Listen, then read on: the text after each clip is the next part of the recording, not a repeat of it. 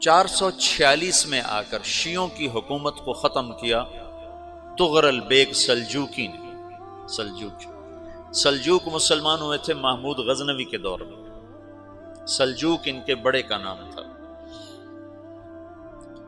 تو ایک دفعہ محمود غزنوی نے سلجوق سے پوچھا اگر مجھے تیری مدد کی ضرورت ہو تو کتنے آدمی پیش کر سکتے ہو؟ تو اس نے ایک تیر دیا، کہا یہ ایک تیر ہے میرا،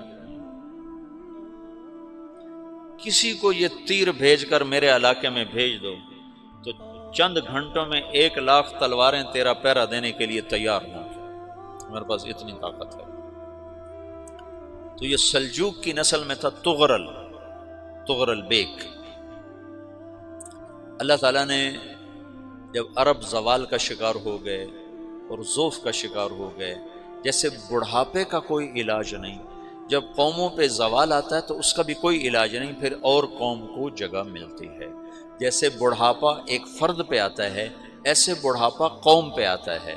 قوم کا بڑھاپا جوانی میں نہیں لوٹ سکتا، جیسے فرد کا بڑھاپا جوانی کی طرف نہیں لوٹ سکتا، قوم کا بڑھاپا جوانی کی طرف نہیں لوٹ سکتا، کوئی علاج نہیں، نئی نسل کا آنا ہی علاج ہے۔ تو عرب دھل چکے تھے، 600 سال بہت ہوتے ہیں حکومت کو، اپنی صفات گم کر چکے تھے، اب نئے خون کی ضرورت تھی۔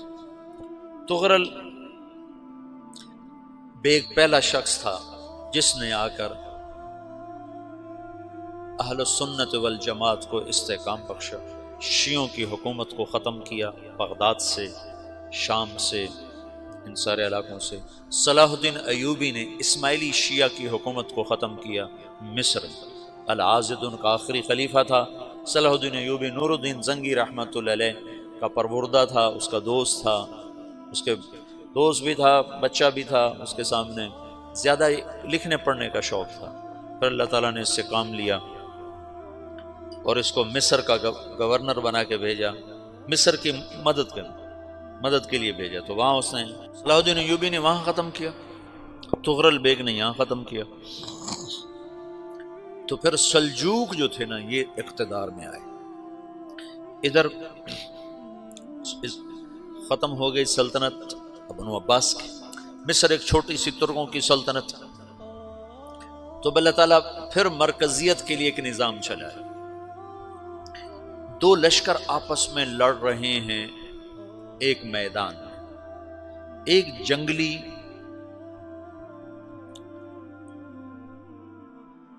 بدوؤں کا قافلہ، جنگل کے لوگ اپنے قبیلے کو لے کر، ایک جنگلی قبیلہ اپنے سردار کے ساتھ نقل مکانی کر رہا ہے ایک جگہ سے دوسری جگہ۔ اللہ کا نظام کہ یہ لوگ چلتے چلتے چلتے اس وادی میں پہنچ گئے جہاں جنگ ہو رہی ہے، دو لشکر آپس میں لڑ رہے ہیں۔ جب یہ وہاں پہنچتے ہیں تو ایک لشکر کے قدم اکھڑ رہے ہیں اور دوسرا غالب آ رہا ہے۔ ان کو نہیں پتا شکست کھانے والے کون ہیں اور فتح پانے والے کون ہیں، ان کو نہیں پتا۔ اس جنگلی قبیلے کے سردار کا نام بھی طغرل ہے، طغرل۔ تو یہ سردار کہتا ہے جو شکست کھا رہے ہیں ان کی مدد کرو، کچھ پتہ نہیں کون ہے، کہتا جو شکست کھا رہے ہیں ان کی مدد کرو۔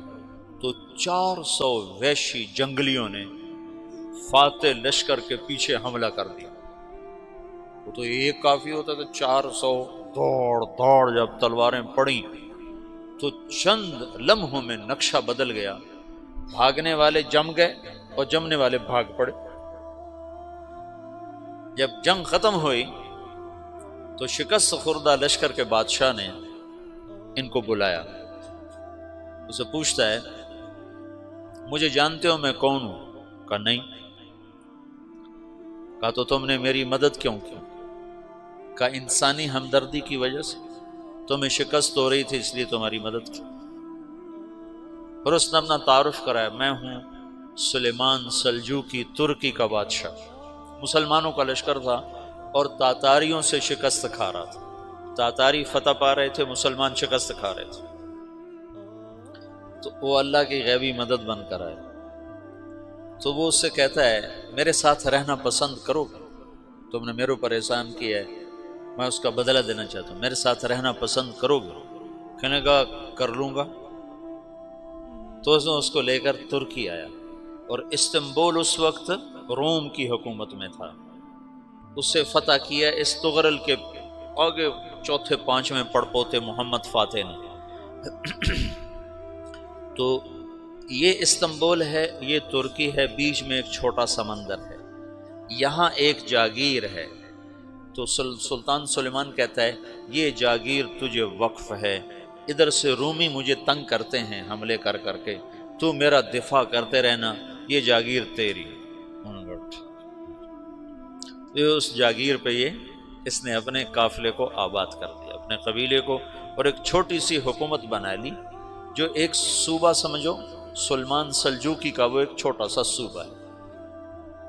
وہاں جب یہ رہ پڑا تو پھر یہ ایک شیخ کے بیت ہوتا ہے، وہاں شیخ طریقت ہے، ان کے یہ بیت ہونے جاتا ہے، وہ اس کو رات اپنے پاس ٹھہراتا ہے، تو ایک کمرے میں ان کا خادم ٹھہراتا ہے۔ یہ جب کمرے میں جاتا ہے تو سامنے دیوار میں تاکچے پر قرآن پڑا ہوا ہے، تو یہ تغرل بیگ کہتا ہے یہ کیا ہے، یہ کیا ہے؟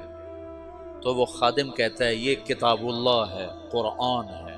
اچھا، وہ اس کو وہاں چھوڑ کے باہر چلا جاتا ہے۔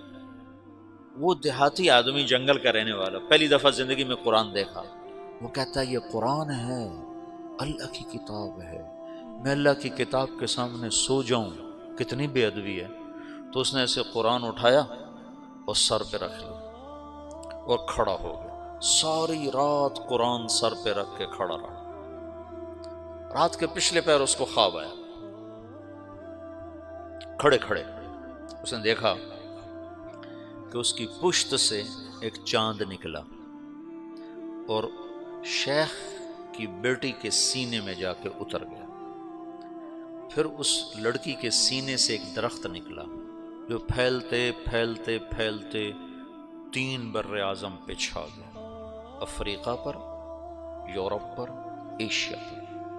پھر اس کی آنکھ کھل گئی، وہ کھڑا ہوا ہے، تو اس نے صبح یہ خواب اپنے شیخ کو سنایا، تو انہوں نے اپنی بیٹی اس کے نکاح میں دے دی۔